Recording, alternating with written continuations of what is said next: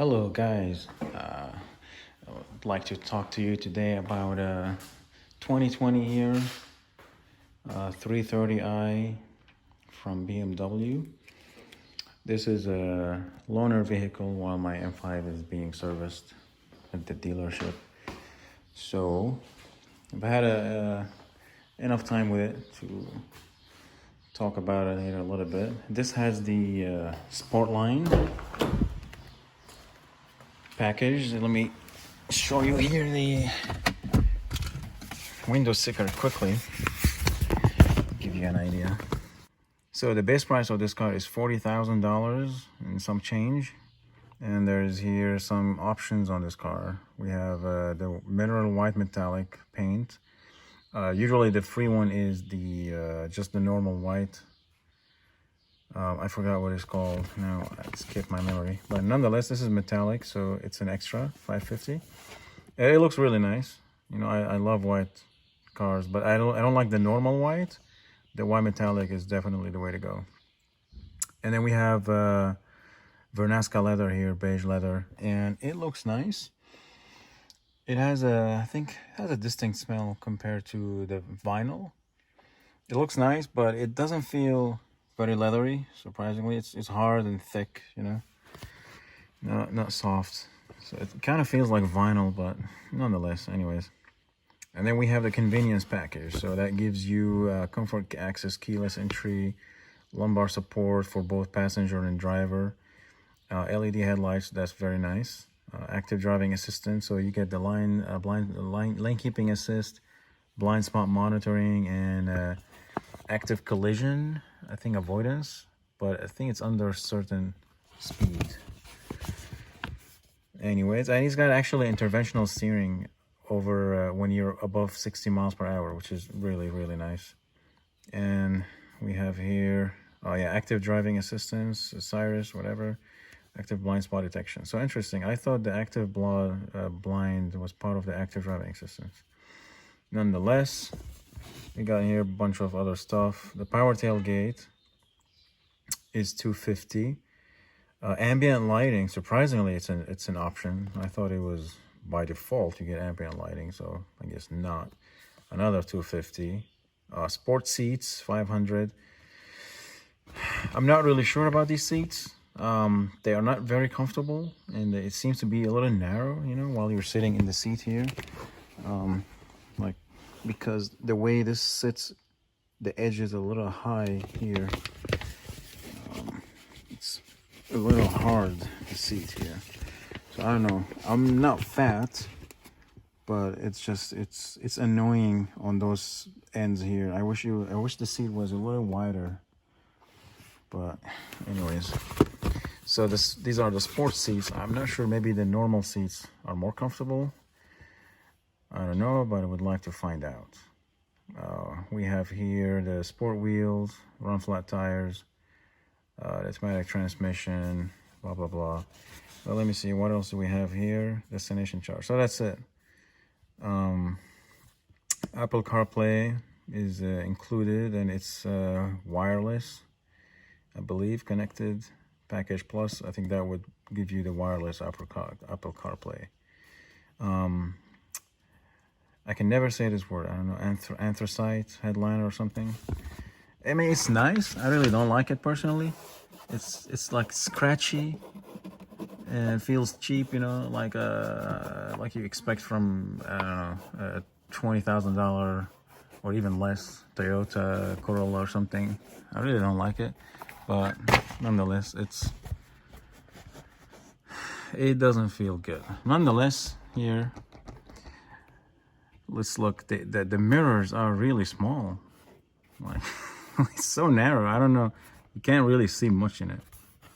But they could have made it a little wider, if not bigger, but maybe a little wider.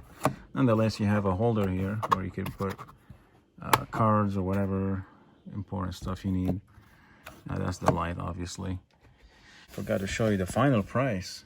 So the MSRP on this car is $47,000 and some change. Now that's I mean, it's a nice car, but for $40,000, hell no.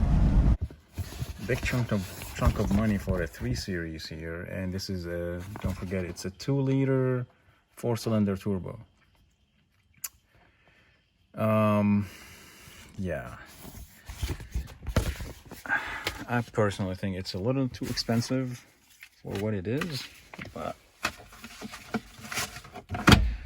yeah, nonetheless, let's talk about the interior exterior of this car. You can see here the doors. This is soft plastic, so that's good, but on the inside it's not lined up with anything. So, and this one here is hard plastic, gives you that annoying feeling. So it's here. So they only took care of the stuff that you actually touch. It's a little soft here, but everything here is soft. Here is soft. Here is soft. It feels good. Annoying plastic here. Here, as usual, you know. Even 5 Series is plasticky here. So the sunroof is big, but it doesn't open all the way. It just opens to like up here. I'll show you here in a little bit. But nonetheless, the doors feel a little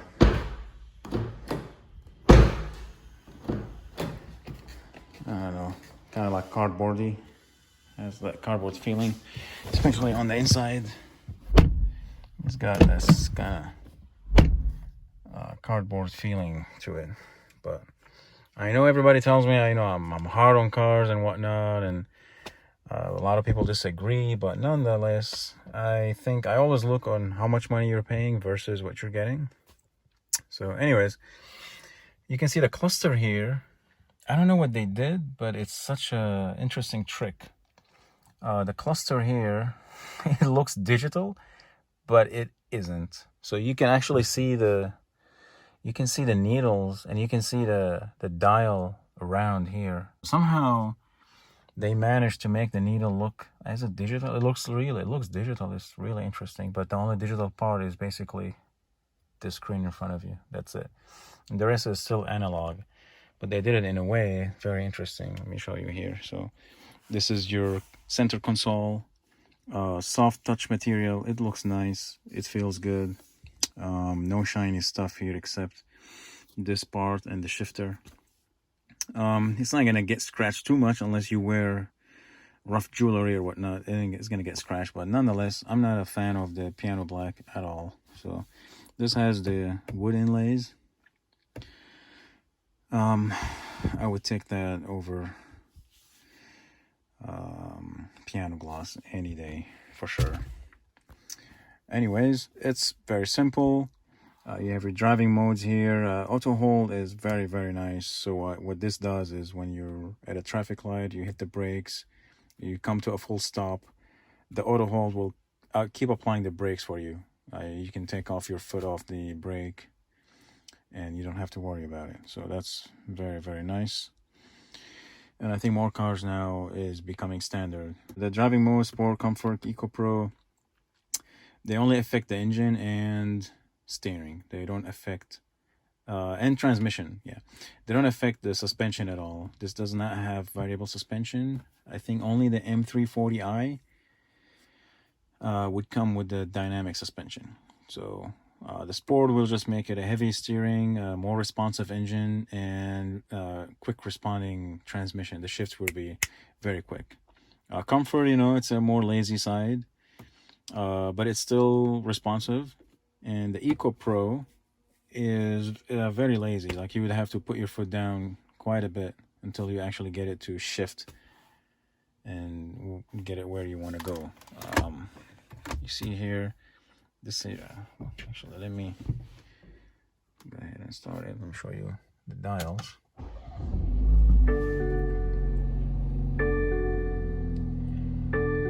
So like looking at them from here, they look digital, surprisingly. But you can see the dial here, like the actual needle, the sides, this circular part here. And yeah, it got me fooled initially. Then I realized it's not really, but they did it somehow. It kind of looks digital. Auto engine stop and starts, so you can turn it off, which is great. The dials here are very, let me turn on the light again. get you to see. It is I think it is like aluminum or something, or at least feels like it. It's really nice. It's got interesting texture on it, and it feels good. The size of it is good, better than the previous ones, the old ones, where it was like a small knob. So yeah, and it's touch sensitive, so you can write stuff. And my phone keeps getting out of focus. Anyways, these are nice. So these definitely feel nice, and I like the lighting inside of the rollers here. So these control the opening of your vent. It just opens and closes it. And there's a small screen here, so it's a digital screen, shows you, the temperature, and you got dual climate control, and you have dual vent selection, so passenger can select their vent however they want, and driver is separately, and temperatures are separate, but the fan is the same for both sides. One interesting thing I found, or at least I cannot turn off the AC, so it's always on, or at least it says it's on, and there's no way for me to turn off the AC. So you have max AC, but I don't want, usually most cars have, an AC, and then you have max AC, but this just, it's always on. It's very interesting. Heated seats, passenger and driver, and you have here your stations stored, so you can basically slide your finger and select which ones. The infotainment, as you guys know, or maybe if you're not very familiar with BMW, it's pretty good. This has let's go back to home. This does not have the latest interface, so I think that one comes with the virtual cockpit. When you get the virtual cockpit, you get the dials, the one that goes the other way, the digital, with like everything is digital, and you get something here that looks up on your eyes, make sure you're looking at the road, blah blah blah. And you would get the bigger screen. As you can see here, there is more real estate on the dash here, but they give you the smaller screen with the cheaper car, I guess, where you can opt with the virtual cockpit. You would get the bigger nav screen, and you would get the more updated system, the one that you could talk to the car and it responds to you, blah blah blah. You can tell it, invigorate me or whatever, and it opens the windows and plays music and blasts the AC or whatever, does some stuff. Anyways, these lights here, I think they are daylight sensitive, so when you're in the dark, when it's night, they become ambient like this, the color. But once you go out to the day and driving, they become white, so you can see them better, which is interesting. So that's good. In my experience driving BMWs and versus other cars, the ambient color has always been the most comfortable at night driving. It's just so much better than like when it's bright white or blue or whatever. Other cars have different colors. You can see the ambient lighting here, the package. So you get lighting here, here, and this strip here, and in the footwell, and over here, and as well in the rear doors. So not much. I like the 5 Series and the X5 ambient lighting. It's really superb, but this one is not bad.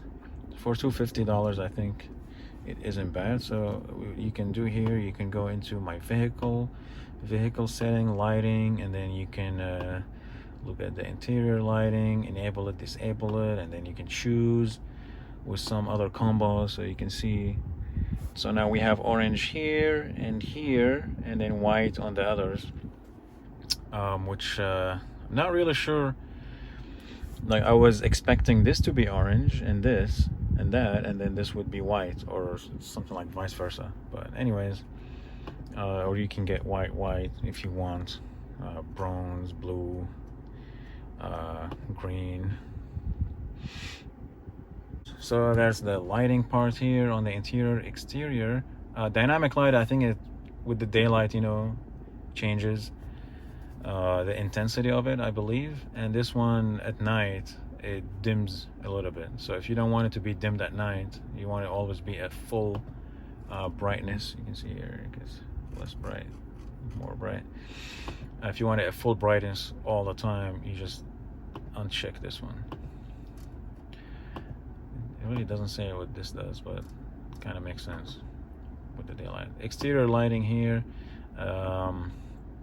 you can tell it, you know, if the the turn signal, you want it to do 3 times by just knocking it once, or 1 time. And I think if you do like use a software like Carly or something, you can actually make it more, like 5 times. I wish they did that from factory. I think 5 times is better than 3 times. Anyways, so you can enable or disable the daytime running lights. On this particular car, they are just the ones below, but on the full LED headlights, you get the full rings, you know. Actually, they look nicer, but anyways.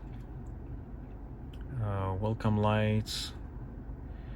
Those would be, it looks like the interior, door handle lights, and LED light carpet, which I showed you at the beginning of the video. You can see it on the outside. And then how long you want it to stay on. And, 240 seconds. Wow, that's a long time.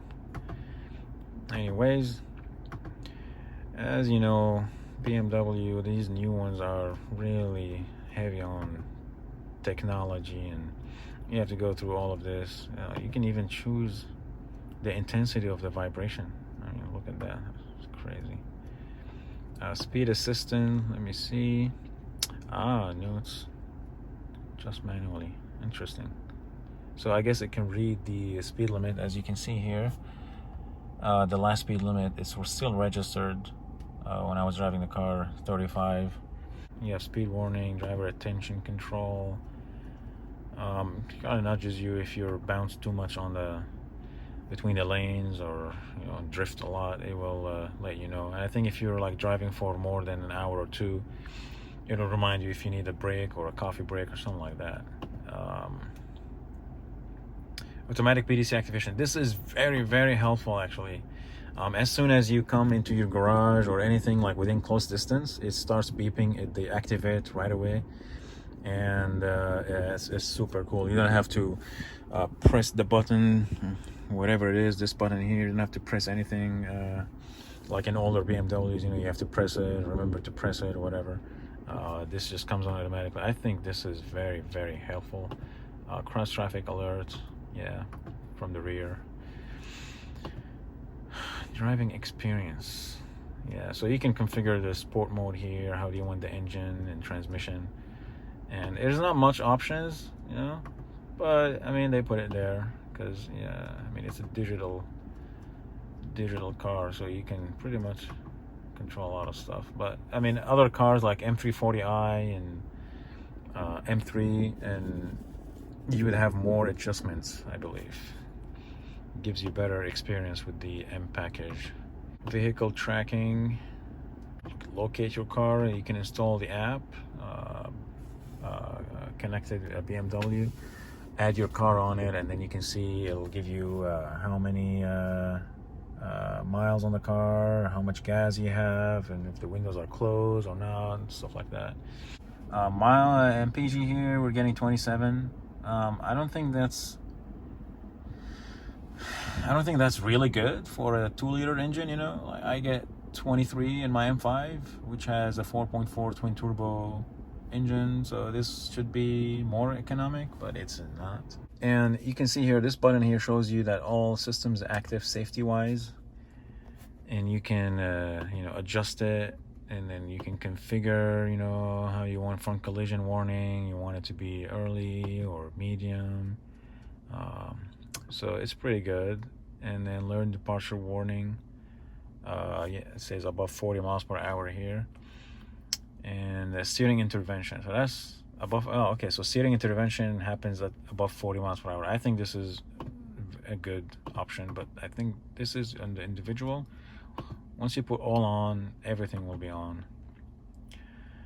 But as you can see, you can't do the all off. So if you want to turn off everything, so you just keep press and hold, and then it'll go, everything will be off. And we have wireless charging here, and we have the storage here. So it's pretty decent, and it's got a like rubbery a little bit, but the sides are just plastic. So if you have something here, could rattle around and whatnot. So you might be better off just getting some felt material and kind of wrap it around. So there is a USB-C port here, as you can see, in a small white, but that's about it. These are manual with thigh support, but the seat's adjustable electric. So let's take a look here. When you open the door, this starts blinking to show other drivers, you know, that the door is open at night. And this has the basic sound system. It's okay. It's actually not bad. It's just not very crisp, you know, and clear when you crank it up, like a Harman Kardon or a Bowers & Wilkins. I mean, those are expensive. Harman Kardon usually is $800 upgrade over stock, and I think it's well worth the spend. But this one isn't bad, actually. I was expecting it to be really bad, you know, like rubbish, like the old BMW systems back in the day, E39 and those E46, and those days they were really horrible. But yeah, it's actually not bad, as I thought it might be. Let me see, does it actually open? Yeah, so you can see the sunroof here. It does not open all the way. So it's a little bit annoying. Seat electrics here. So you have the side bolsters. You can tighten it up, or you know, relax it here, the side bolsters. But I still find these seats to be a little narrow than I would like. And the back here as well. The back isn't horrible, but for someone bigger, definitely would be a bit of a problem. So no, I'm 5'8". This is my driving position, and if you can see, relatively there's a decent amount of space here for passengers in the back. For this, definitely it needs to go up, but if someone really tall here, it might hinder someone sitting in the back here. There would be not much leg room. And here you can see we have the climate control.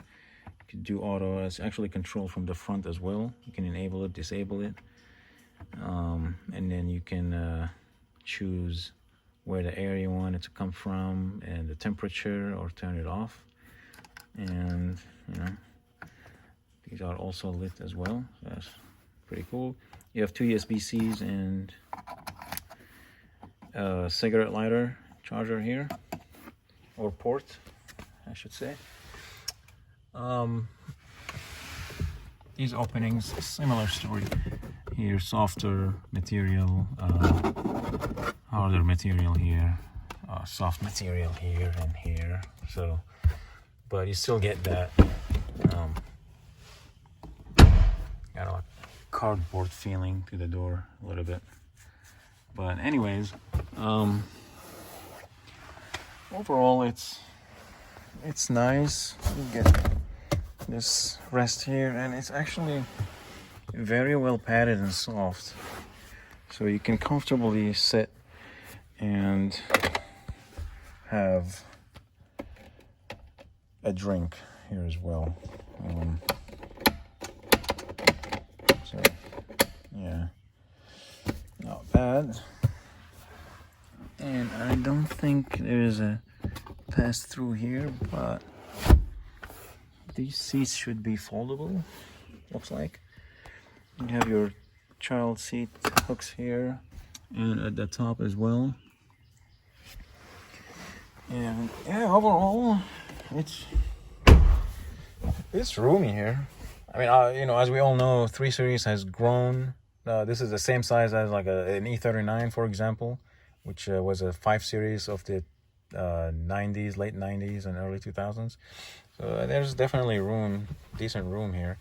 And even for shoes, like for your feet, it's not bad at all. You still get the hump here in the middle, so you know, it's a rear-wheel drive.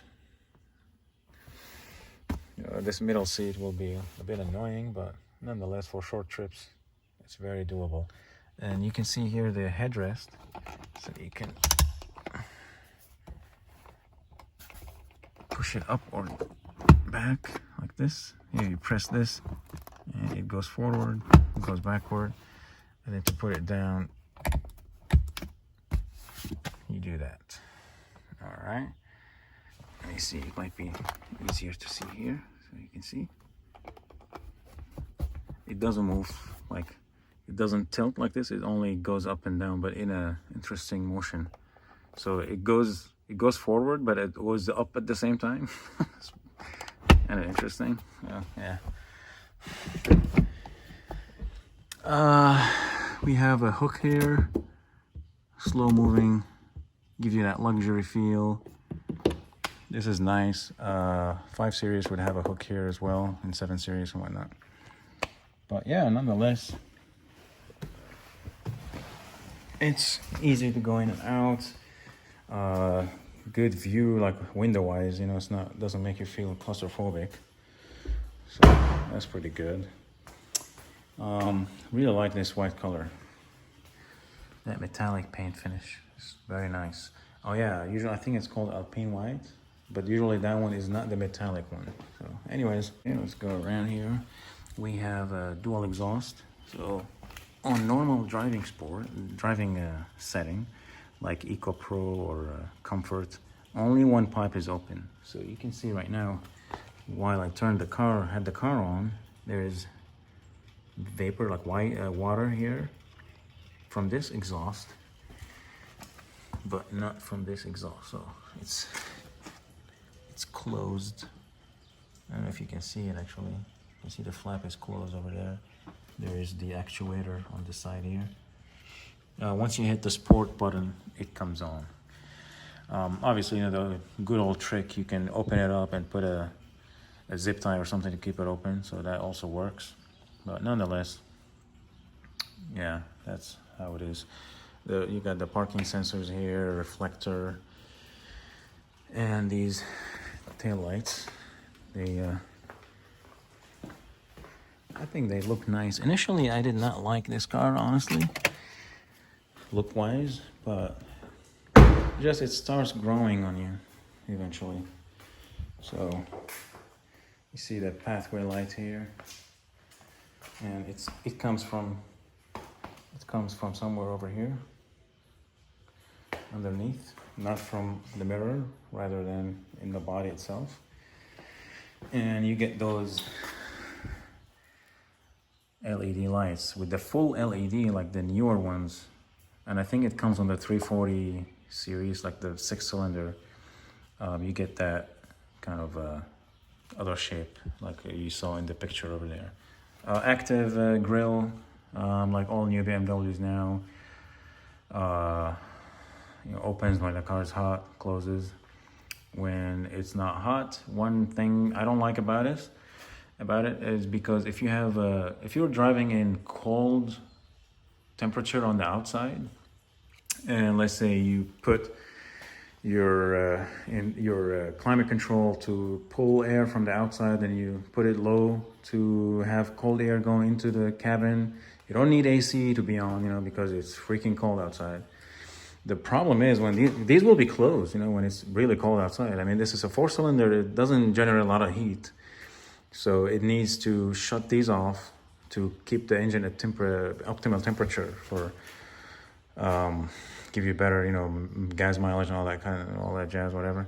So when these are closed, there's not much airflow going into here, because eventually the air that goes into the cabin gets sucked from somewhere under the hood. It doesn't get sucked from here or from the top or whatever. It gets sucked from somewhere. So you'll get hotter air than like a fresh cold air as you would like, because these are closed and there's not much air going through. We have an opening here to create that side air curtain, so the air can slide in and out on the side and create that smooth, essentially it will create less drag on the car, and you have better gas mileage supposedly, but we're still getting 27 mpg, so go figure. Not the greatest mpg here in my opinion. Same ordeal here, and not much here. This is a fake opening here, and this is just a normal grill. Most likely that's where they keep the intercooler probably. There we go. I don't know what this is. I'm not really sure what this is. You can't really take it off, but yeah. Minimum 91. You have to put premium. That's the bottom line. And yeah, I wanted to show you the taillights. Let's see here.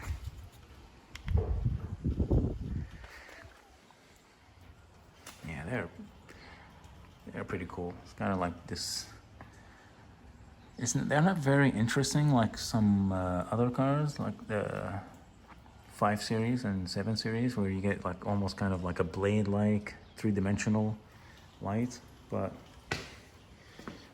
yeah, it's still not horrible. I still don't really like. I'm not into these here. I wish they were just, it's fake. It's useless, but it doesn't look that great. They could have just kept it white, for example, or just kept the bumper flowing through. I'm not really sure what this. It's not very pretty. But anyways, it grows on you after a while. Engine compartment here. You have a storage bin here. It's lined up with felt, surprisingly, while this isn't. And you can see it can hold a decent water bottle as well. I don't see problems there. So with these new BMWs, you just have to pull the lever twice. It says on it X2, like you have to pull it twice, and there's no more latch here. The old BMWs, there's a latch, you have to pull on it or something, and then it opens the hood. This one, nope, it just goes right up. Okay, so you can see this is the 4-cylinder. Not much here to see. It's a really small engine, but it drinks a lot of gas for the size of it, for a 2-liter. Lots of plastic. If you want to remove it, you have to untie these clips here and then remove that part. Most likely the brake booster would be sitting there as usual with the brake fluid. And here you have your coolant. No liner on the hood. So yeah, let's look at the trunk actually before we end this portion here. It's decent. The good thing about this trunk is it's flat, there's no edge coming down here, or bulge over here and over here for the struts, the rear struts. So yeah, it's pretty good for what it is. Hooks here. I wish there was another one here. I don't know why they put it on one side. It's ridiculous, to be honest with you. A small storage here with the net. Same on the other side. The pull handle, as you know. Since this has the power tailgate, you get these buttons. This will close it and lock the car. This will just close it. So that's a handy feature.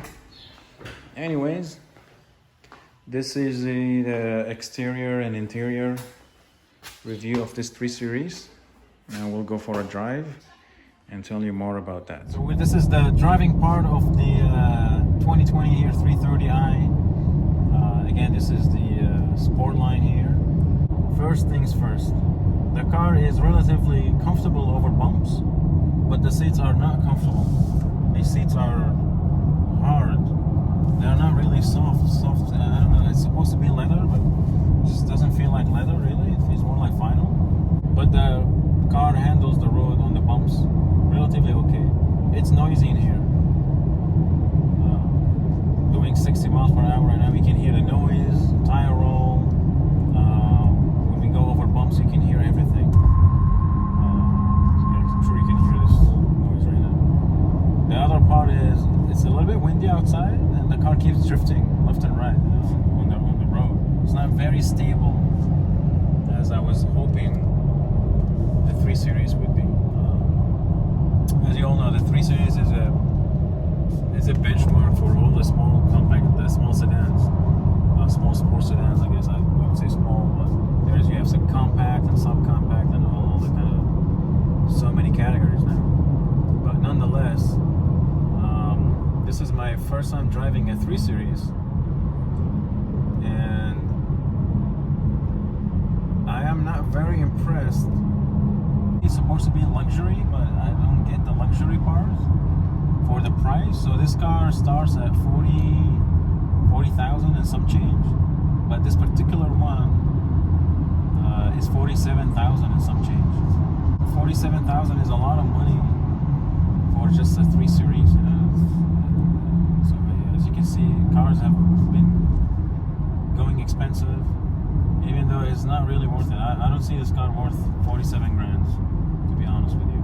Used, I'm sure it's a bargain. I think it's a bargain used at 25, you know, 30,000 max, but 47, I don't see it. But let's talk about the performance.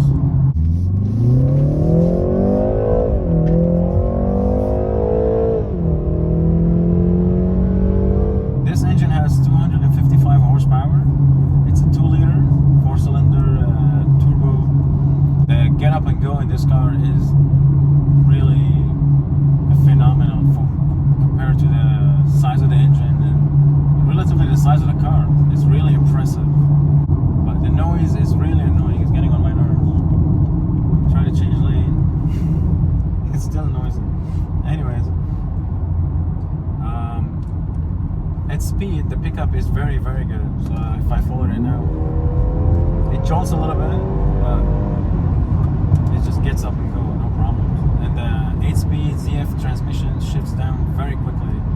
And mind you, we're in comfort mode right now, so we can change it to sport. In sport, the steering wheel is heavier. It just gets heavy. I mean, we all know this has an electric steering, so it gets heavier. But the transmission definitely kicks down quicker, and you feel there's more like pull. So it's very responsive. But everything else is, you know, doesn't really change much. The steering, but the engine and transmission, you'll notice that, definitely. Let's go back here to comfort. A few other features it has. The active lane keep assist stays. I don't know how good it is. Let's see here if it's gonna work. So, yep, it did. It is correcting. I don't know for how long it would do that. It did it again. Bouncing left and right. That is interesting. So we're doing 60 miles per hour.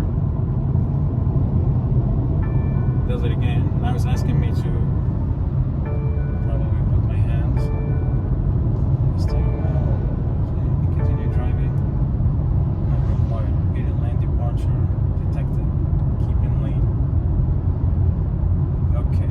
Nonetheless, but it works. It works well. Looks like. I'm not sure on the right side, because the left side here, the yellow lane is very visible, but the right side, because it uses cameras, you know. So yeah. Oh, that's very good.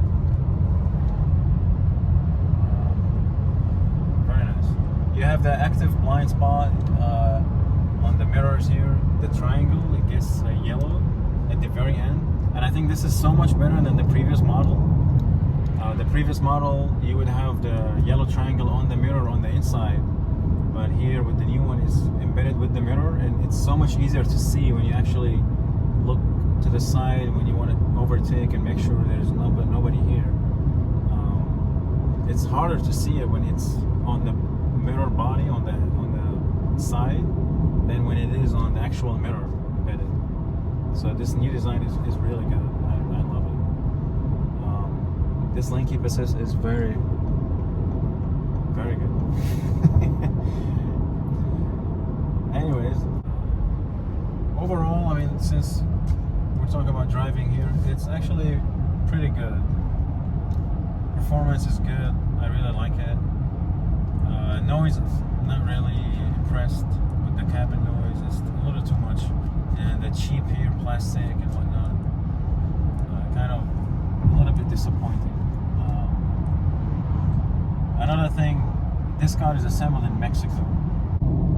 People manufacture stuff in China and Mexico, whatever, to bring price down, but this car is still expensive. 47,000 is definitely, this car is not worth that price. But to some, a lot of people, it's probably worth it, but to me, it's really not.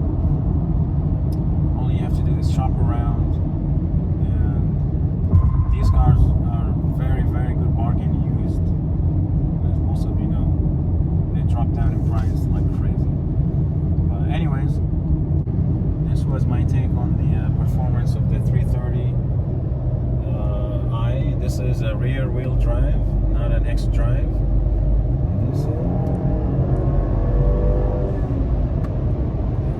Really quick. I like it. Anyways, I hope you guys like this video. Let me know what you think. Good comments, bad comments, keep them coming, that's okay. I'll make sure I do answer all the comments. Anyways, please subscribe, and I'll see you in another video. Bye bye.